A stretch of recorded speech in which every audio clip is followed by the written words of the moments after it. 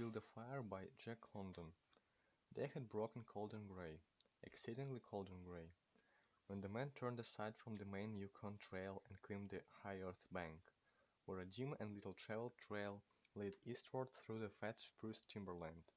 It was a steep bank, and he paused for breath at the top, excusing the act to himself by looking at his watch. It was 9 o'clock.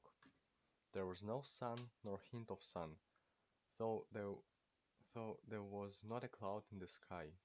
It was a clear day, and yet there seemed an intangible pall over the face of things, a subtle gloom that made the day dark, and that was due to the absence of sun. This fact did not worry the man. He was used to the lack of sun. It had been days since he had seen the sun, and he knew that a few more days must pass before the cheerful orb, due south, would just peep above the sky, line and dip immediately from view.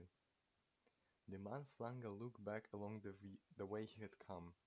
The Yukon lay a mile wide and hidden under 3 feet of ice. On top of this ice were as many feet of snow. It was all pure white, rolling in gentle undulations where the ice jams of the freeze-up had formed. North and south, as far as his eye could see, it was unbroken white, save for a dark hairline that curved and twisted from around the spruce-covered island to the south, and that curved and twisted away into the north, where it disappeared behind another spruce-covered island.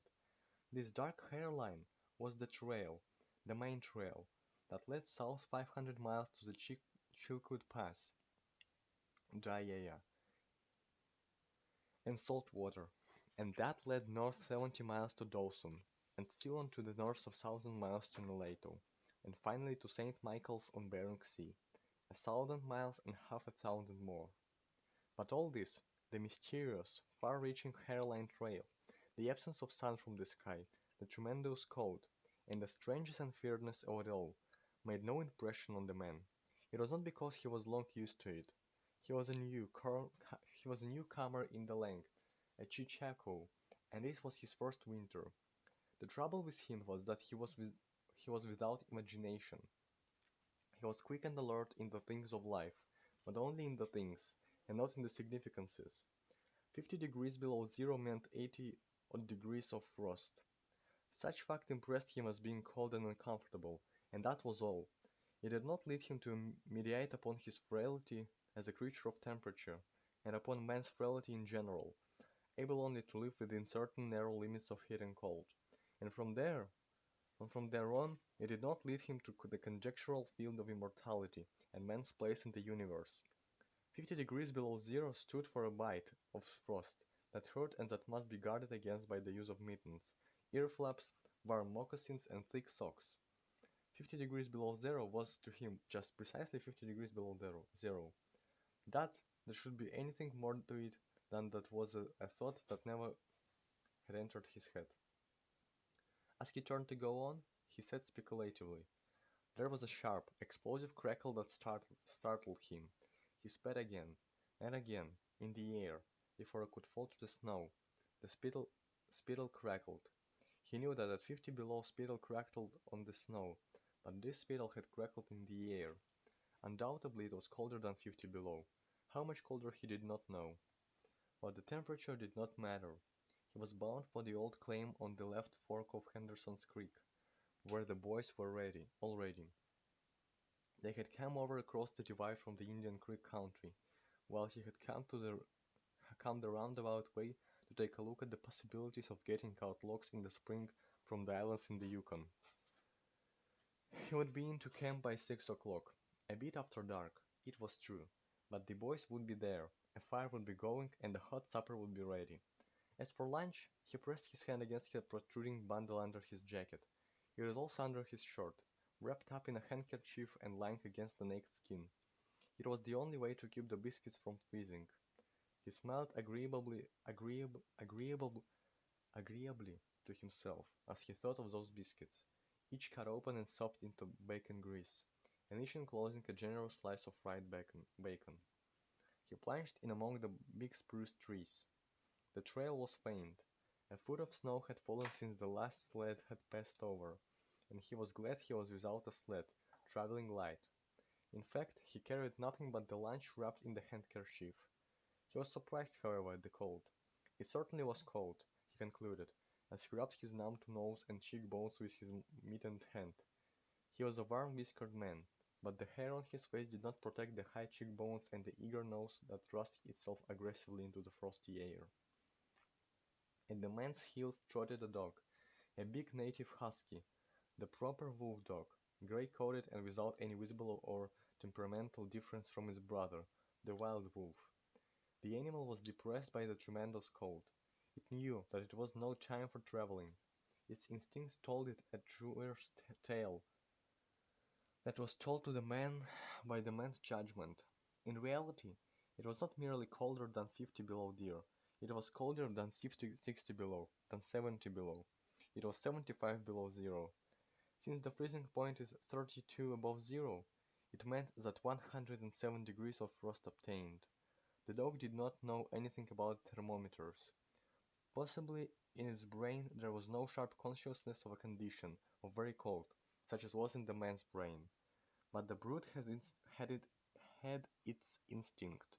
It experienced a vague but menacing apprehension that subdued it and made it slink among at the man's heels, and that made it question eagerly every unwanted movement of the man, as if expecting him to go into camp or to seek shelter somewhere and build a fire. The dog had learned fire, and it wanted fire, or else to burrow under the snow and cuddle its warmth away from the air. The frozen moisture of its breathing had settled on its fur in a fine powder of frost, and especially where its jowls, muzzle, and eyelashes whitened by its crustled breath. The man's red beard and moustache were likewise frosted, but more solidly, the deposit taking the form of ice and increasing with every warm, moist breath he exhaled. Also, the man was chewing tobacco, and the muzzle of ice held his lips so rigidly that he was unable to clear his chin when he expelled the juice. The result was that a crystal bird of the color and solidity of amber was increasing its length on his chin. If he fell down, it would shatter itself, like glass, into brittle fragments. But he did not mind the appendage. It was the penalty all tobacco chewers paid in that country, and he had been out before in 2 cold snaps. They had not been so cold as this, he knew, but by the spirit thermometer at 60 miles he knew they had been registered at 50 below and 55. He held on through the level stretch of woods for several miles, crossed a wide flat of nigger heads, and dropped down to a bank to the frozen bed of a small stream. This was Henderson Creek, and he knew he was 10 miles from the Forks. He looked at his watch. It was 10 o'clock. He was making 4 miles an hour, and he calculated that he would arrive at the Forks at 12:30. He decided to celebrate that evening by eating his lunch there. The dog dropped in again at his heels, with a tail drooping discouragement, as the man swung along the creek bed. The furrow of the old sled trail was plainly visible, but a dozen inches of snow covered the marks of the last runners. In a month no man had come up or down that silent creek. The man held steadily on. He was not much given to thinking, and just then particularly he had nothing to think about, save that he would eat lunch at the Forks and that at 6 o'clock he would be in camp with the boys. There was nobody to talk to, and, had there been, speech would have been impossible because of the ice muzzle in his mouth, so he continued monotonously to chew tobacco and to increase the length of his amber beard. Once in a while, the thought reiterated itself that it was very cold and that he had never experienced such cold.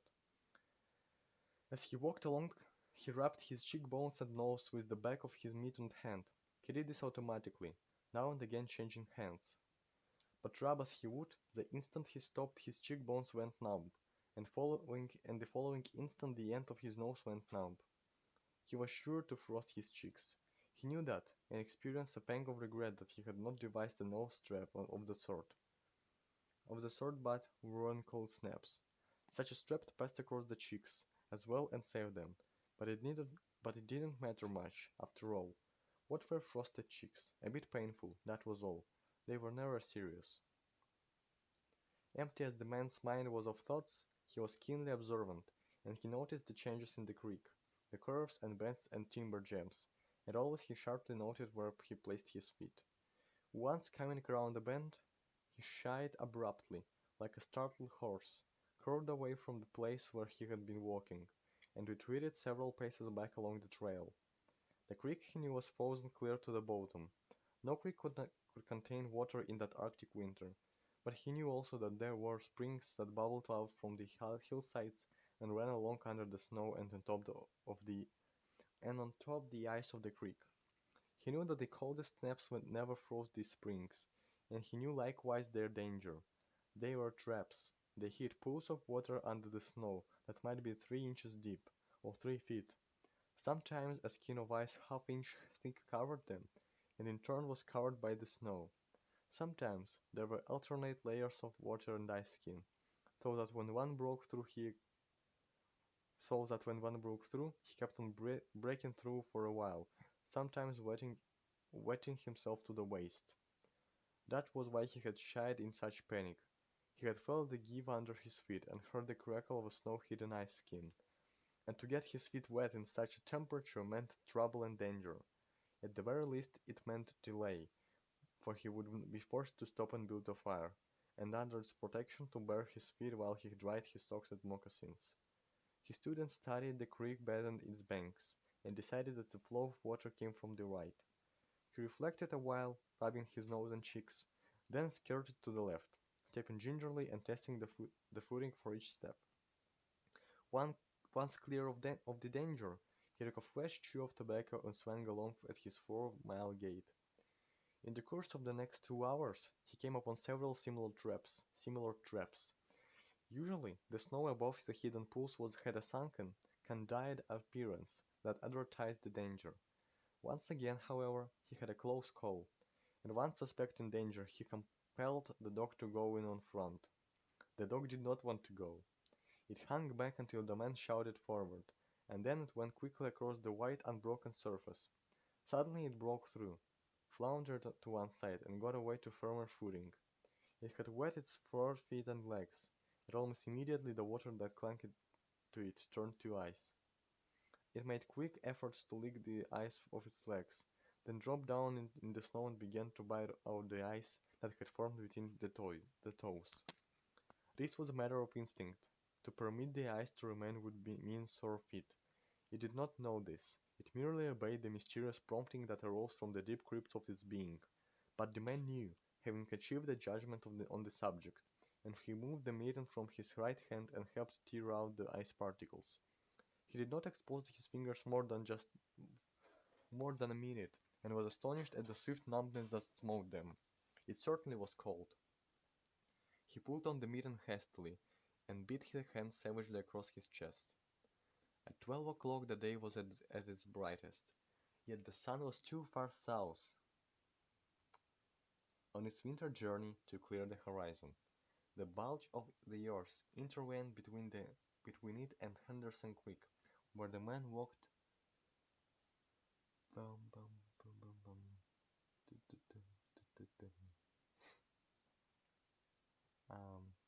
Where the man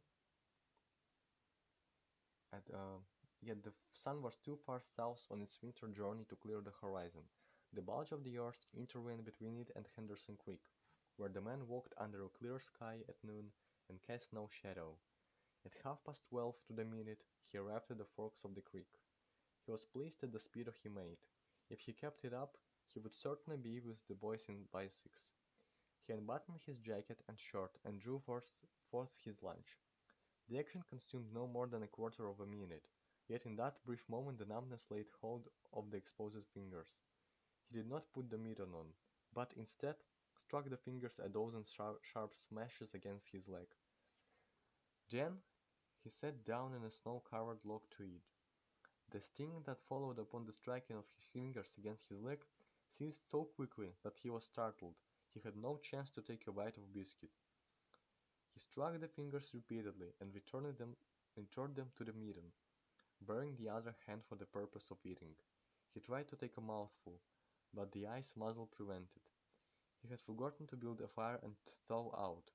He chuckled at his foolishness, and as he chuckled he noted the numbness creeping into the exposed fingers. Also, he noted that the stinging which had first come to his toes when he sat down was already passing away. He wondered whether the toes were warm or numbed. He moved them inside the moccasins and decided that they were numbed.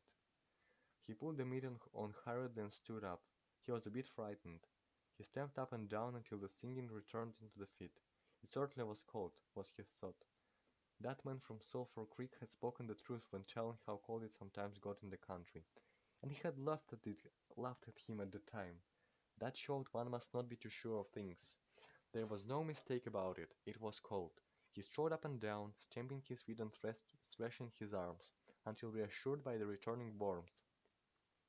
Then he got out matches and proceeded to make a fire. From the undergrowth, where high water of the previous spring had lodged a supply of this seasoned twigs, he got his firewood. Working carefully from a small beginning, he soon had a roaring fire, over which he thawed the ice from his face, and in the protection of which he ate his biscuits. For the moment the cold space was outwitted. The dog took satisfaction in the fire, stretching out close enough for warmth and far enough away to escape being singed. When the man had finished, he filled his pipe and took his comfortable time over a smoke. Then he put on his mittens, settled the ear flaps of his cap firmly about his ears, and took the creek trail up the left fork. The dog was disappointed and yearned back toward the fire. This man did not know cold.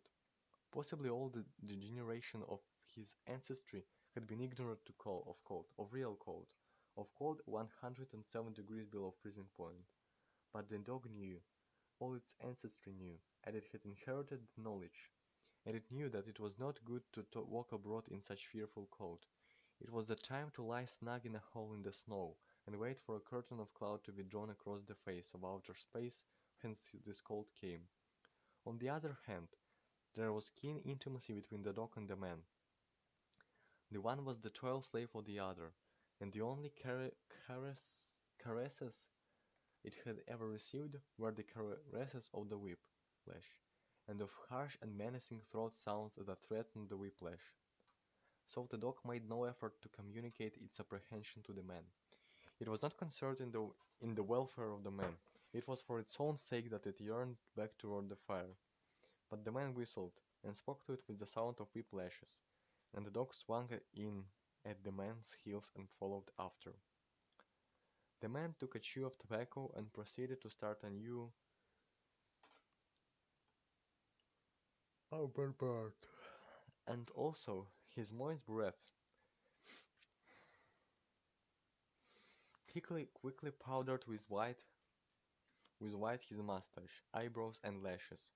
There did not seem to be so many springs on the left fork of the Henderson, and for half an hour the man saw no signs of any. And then it happened. At a place where there were no signs, where the soft, unbroken snow seemed to advertise solidity beneath, the man broke through. It was not deep. He waded himself halfway to the knees before he floundered out to the firm crust. He was angry, and cursed his luck aloud. He had hoped to get into camp with the boys at 6 o'clock, and this would delay him an hour, for he would have to build a fire and dry out his foot gear. This was imperative at that low temperature. He knew that much, and he returned aside to the bank round which he climbed. On top, tangled in the underbrush about the trunks of several small spruce trees, was a high water deposit of dried firewood. Sticks and twigs principally, but also larger portions of seasoned branches and fine, dry, last year's grasses. He threw down several large pieces on top of the snow. This served for a foundation and prevented the young flame from drowning itself into the snow it otherwise would melt. The flame he got by touching a match to a small shred of birch bark that he took from his pocket. This burned even more readily than paper. Placing it on the foundation, he fed the young flame with wisps of dry grass and with the tiniest dry twigs. He worked slowly and carefully, keenly aware of his danger. Gradually, as the flame grew stronger, he increased the size of the twigs which he fed it. He squatted in the snow, pulling the twigs out from their entanglement in the brush and feeding directly to the flame. He knew there must be no failure. When it is 75 below zero, a man must not fail in his first attempt to build a fire. That is, if his feet are wet. If his feet are dry and he fails, he can run along the trail for half a mile and restore his circulation. But the circulation of wet and freezing feet cannot be restored by running when it is 75 below. No matter how fast he runs, the wet feet will freeze the harder. All this the man knew. The old timer on Sulphur Creek had told him about it the previous fall, and now he was appreciating the advice. Already all sensation had gone out of his feet. To build the fire he had been forced to remove his mittens, and the fingers had quickly gone numb. His pace of 4 miles an hour had kept his heart pumping blood to the surface of his body and to all the extremities. But the instant he stopped, the action of the pump eased down. The cold of space smote the unprotected tip of the planet, and he, being on that unprotected tip, received the full force of the blow. The blood of his body recoiled before it. The blood was alive, like the dog, and like the dog it wanted to hide away and cover itself up from the fearful cold. So long as he walked 4 miles an hour, he pumped that blood, willy-nilly, to the surface, but now it ebbed away and sank down into the recesses of his body. The extremities were the first to feel its absence. His wet feet froze the faster, and his exposed fingers numbed the faster, though thought though they had not yet begun to freeze. Nose and cheeks were already freezing, while the skin of all his body chilled as it lost its blood.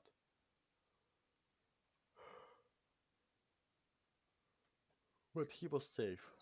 Toes and nose and cheeks would be only touched by the frost, for the fire was beginning to burn with strength. He was feeding it with twigs and the size of his finger. In another minute he would be able to feed it with branches the size of his wrist, and then he could remove his wet foot gear, and while it dried, he would keep his naked wet feet warm by the fire, rubbing them at first, of course with snow. The fire was a success. He was safe. He remembered the advice of the old-timer on Sulphur Creek and smiled. The old-timer had been very serious in laying down the law that no man must travel alone in the Klondike after 50 below. Well, here he was. He had had the accident. He was alone, and he had saved himself. Those old-timers were rather womanish. Some of them, he thought. All a man had to do was to keep his head, and he was all right. Any man who was a man could travel alone.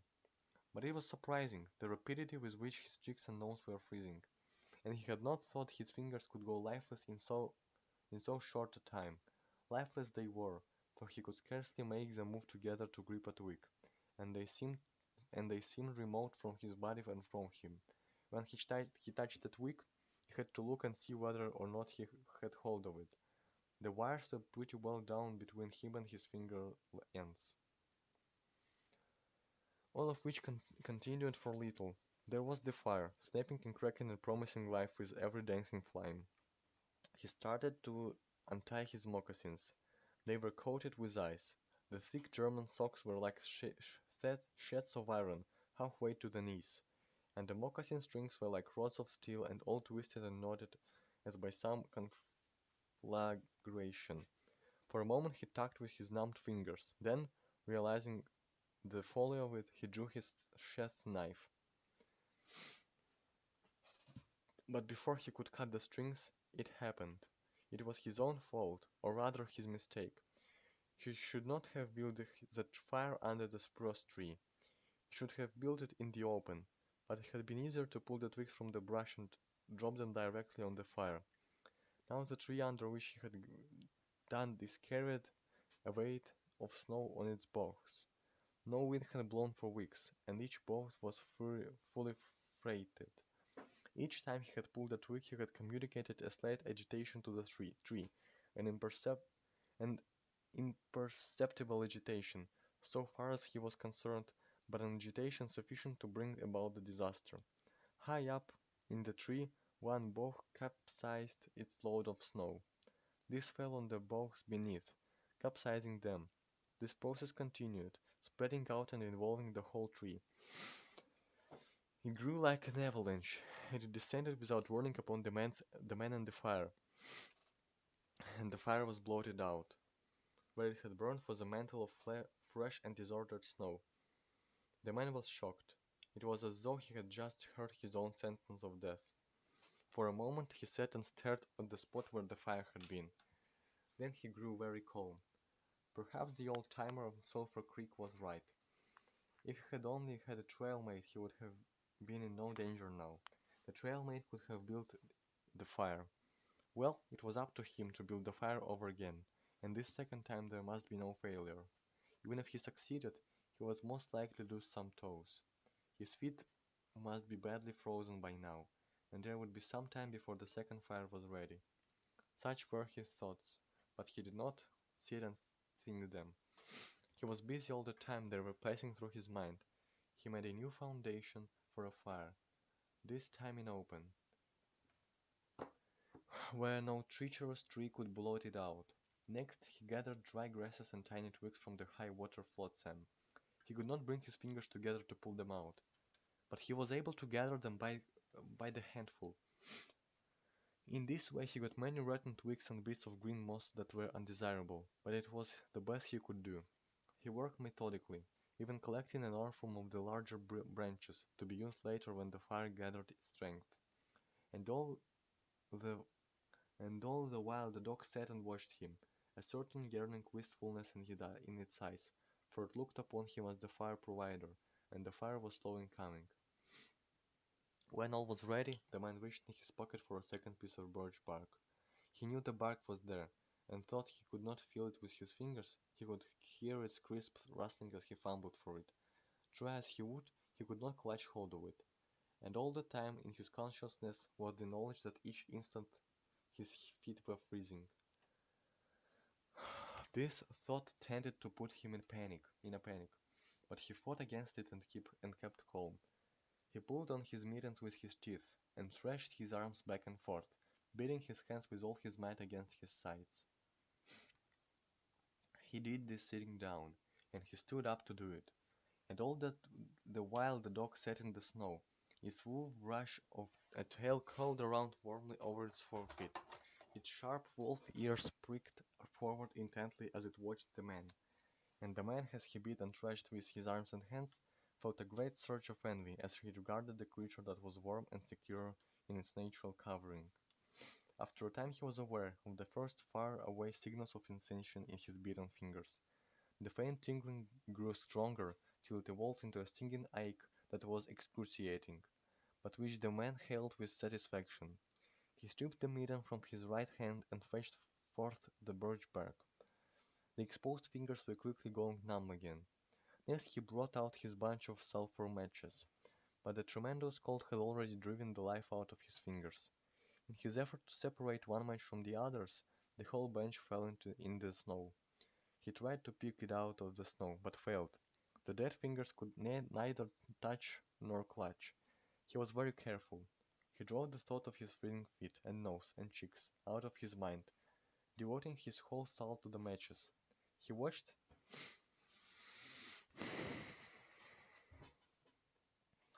using the sense of vision, in place of that of touch, and when he saw his fingers on each side the bunch, he closed them. That is, he willed to close them, for the wires were drawn, and the fingers did not obey. He pulled the mitten with on the right hand, and batted fiercely against his knee. Then, with both mittened hands, he scooped the bunch of matches, along with much snow, into his lap. Yet he was no better off.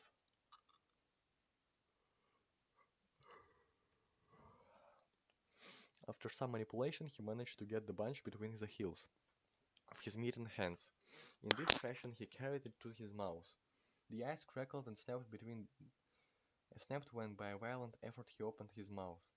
He drew the lower jaw in, crawled the upper lip out of the way, and scraped the bunch with his upper teeth in order to separate the match. He succeeded in getting one, which he dropped on his lap. He was no better off. He could not pick it up. Then he devised a way. He picked it up in his teeth and scratched it on his leg. 20 times he scratched before he succeeded in lighting it. As it flamed, he hurled it with his teeth to the birch bark, but the burning brimstone went up his nostrils and into his lungs, causing him to cough spasmodically. The match fell into the snow and went out. The old timer on Sulphur Creek was right, he thought in the moment of controlled despair that ensued. After 50 below, a man should travel with a partner. He beat his hands, but failed in exciting any sensation.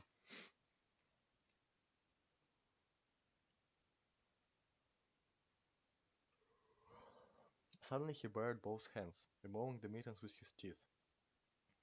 He caught the whole bunch between the heels of his hands. The heels of his arm muscles not being frozen enabled him to press the hand heels tightly against the matches. Then he scratched the bunch along his leg. It flared into flame, 70 sulfur matches at once. There was no wind to blow them out. He kept his head to one side to escape his strangling fumes, and held the blazing bunch to the birch bark. As he so held it, he became aware of sensation in his hand. His flesh was burning. He could smell it. Deep down below the surface he could feel it. The sensation developed into pain that grew acute, and still he endured it, holding the flame on the matches clumsily to the bark, that would not light readily because his own burning hands were in the way, absorbing most of the flame. At last, when he could endure no more, he jerked his hands apart. The blazing matches fell sizzling into the snow, but the birch bark was all alight. He began laying dry glasses and the tiniest twigs on the flame. He could not pick and choose, for he had to lift the fuel between the heels of his hands. Small pieces of rotten wood and green moss clung to the twigs, and he beat them off as well as he could with his teeth. He cherished the flame carefully and awkwardly. It meant life, and it must not perish. The withdrawal of blood from the surface of his body now made him begin to shiver, and he grew more awkward. A large piece of green moss fell squarely on the little fire. He tried to poke it out with his fingers, but his shivering frame made him poke too far, and he disrupted the nucleus of the little fire, the burning grasses and tiny twigs separating and scattering. He tried to poke them together again, but in spite of the tenseness of the effort, his shivering got away with him, and the twigs were hopelessly scattered. Each twig gushed a puff of smoke and went out. The fire provider had failed. As he looked apathetically about him, his eyes chanced on the dog, sitting across the ruins of the fire from him, in the snow, making restless, hunching movements, slightly lifting one forefoot and then the other, shifting his weight back and forth on them with wistful eagerness. The sight of the dog put a wild idea into his head. He remembered the tale of the man, caught in a blizzard, who killed a steer and crawled inside the carcass, and so was saved. He would kill the dog and bury his hands in the warm body until the numbness went out of them. Then he could build another fire. He spoke to the dog, calling it to him, but in his voice was a strange note of fear that frightened the animal, who had never known the man to speak in such way before. Something was the matter, and its suspicious nature sensed danger. It knew not what danger, but somewhere, somehow, in its brain arose an apprehension of the man. It flattened its ears down at the sound of the man's voice, and its restless, hunching movements and the lifting and shiftings of its forefeet became more pronounced, but it would not come to the man. He got on his hands and knees and crawled toward the dog. This unusual posture again excited suspicion, and the animal sidled mincingly away.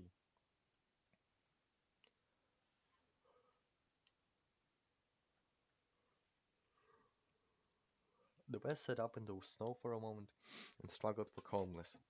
Then he pulled on his mittens by means of his teeth and got upon his feet. He glanced down at first in order to assure himself that he was ready, standing up, for the absence of sensation in his feet left him unrelated to the earth. His erect position in itself started to drive the webs of suspicion from the dog's mind. And when he spoke peremptorily, with the sound of whiplash in his voice, the dog rendered its customary allegiance and came to him. As it came within reaching distance, the man lost his control. His arms flashed out to the dog, and he experienced genuine surprise when he discovered that his hands could not clutch, that there was neither bend nor feeling in the lingers. He had forgotten for the moment that they were frozen and that they were freezing more and more. All this happened quickly, and before the animal could get away, he encircled its body with his arms. He sat down in the snow, and in this fashion held the dog, while it snarled and whined and struggled. But it was all he could do, hold its body in circle in his arms and sit there. He realized that he could not kill the dog. There was no way to do it. With his helpless hands, he could neither draw nor hold his chef knife nor throttle the animal. He released it, and it plunged wildly away, with tail between its legs, and still snarling. It halted 40 feet away and surveyed him curiously, with ears sharply pricked forward. The man looked down at his hands in order to locate them, and found them hanging on the ends of his arms. It struck him as curious that one should have to use his eyes in order to find out where his hands were. He began thrashing his arms back and forth, beating the mittened hands against his sides. He did this for 5 minutes, violently, and his heart pumped enough blood up to the surface to put a stop to his shivering. But no sensation was aroused in the hands. He had an impression that they hung like weights on the ends of his arms, but when he tried to run the impression down, he could not find it.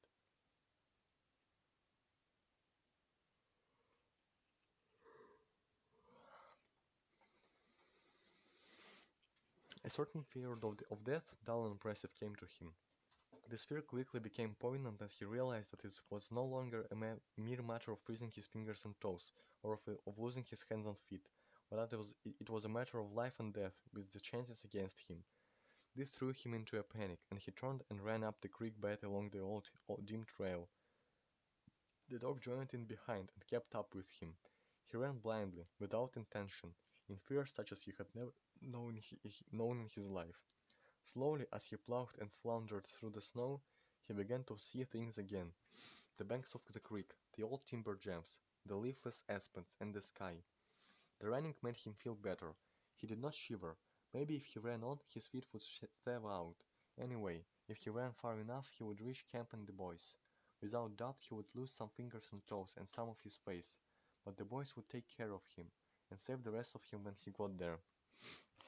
And at the same time there was another thought in his mind that said he would never get to the camp and the boys, that it was too many miles away, that the freezing had too great a start on him, and that he would soon be stiff and dead. This thought he kept in the background and refused to consider. Sometimes it pushed itself forward and demanded to be heard, but he thrust it back and strove to think of other things. It struck him as curious that he could run, roll on feet so frozen that he could not feel them when they struck the earth and took the weight of his body. He seemed to himself to skim along above the surface and to have no connection with the earth. Somewhere he had once seen a winged Mercury, and he wondered if Mercury felt as he felt when skimming over the earth. His theory of running until he reached camp and the boys had one flaw in it. He lacked the endurance. Several times he stumbled, and finally he tottered, crumpled up, and fell. When he tried to rise, he felt. He must sit and rest, he decided, and next time he would merely walk and keep on going. As he sat and regained his breath, he noted that he was feeling quite warm and comfortable. He was not shivering, and it even seemed that a warm glow had come to his chest and trunk. And yet, when he touched his nose or cheeks, there was no sensation. Running would not thaw them out, nor would it thaw out his hands and feet. Then the thought came to him that the frozen portions of his body must be extending. He tried to keep this thought down, to forget it, to think of something else. He was aware of the panicky feeling that it caused, and he was afraid of the panic. But the thought asserted itself, and persisted until it produced a vision of his body totally frozen. This was too much, and he made another wild run along the trail. Once he slowed down to a walk, but the thought of the freezing extending itself made him run again.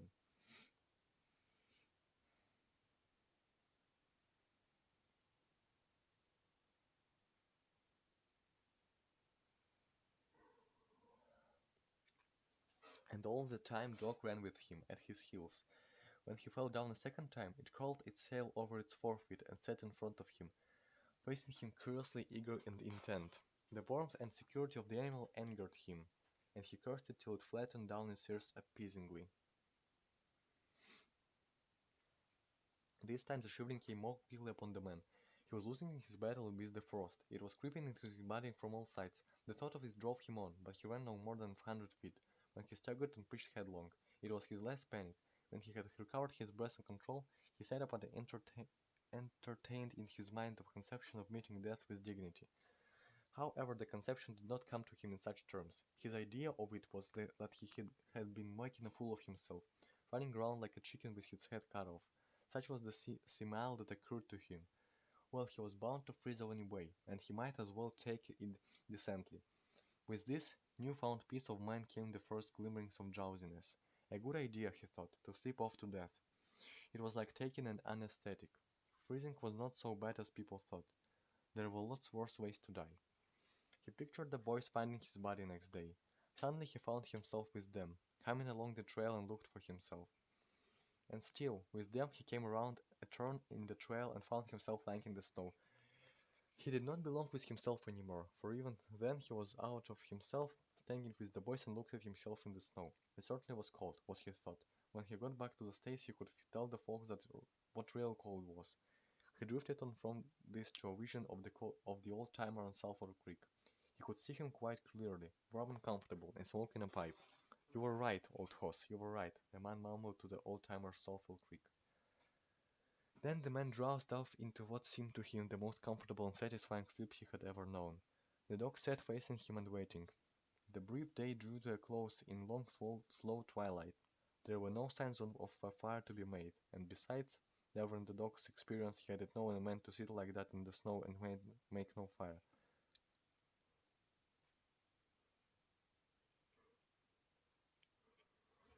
As the twilight drew on, its eager yearning for the fire mastered it. With a great lifting and shifting of forefeet, uh, it whined softly, then flattened its ears down in anticipation of being chidden by the man. But the man remained silent. Later, the dog whined loudly, and still later it crept close to the man and caught the scent of death. This man, this made the animal bristle and back away. A little longer it delayed, howling under the stars that leaped and danced and shone brightly in the cold sky. Then it turned and trotted up the trail in the direction of the camp it knew, where were the other food providers and fire providers.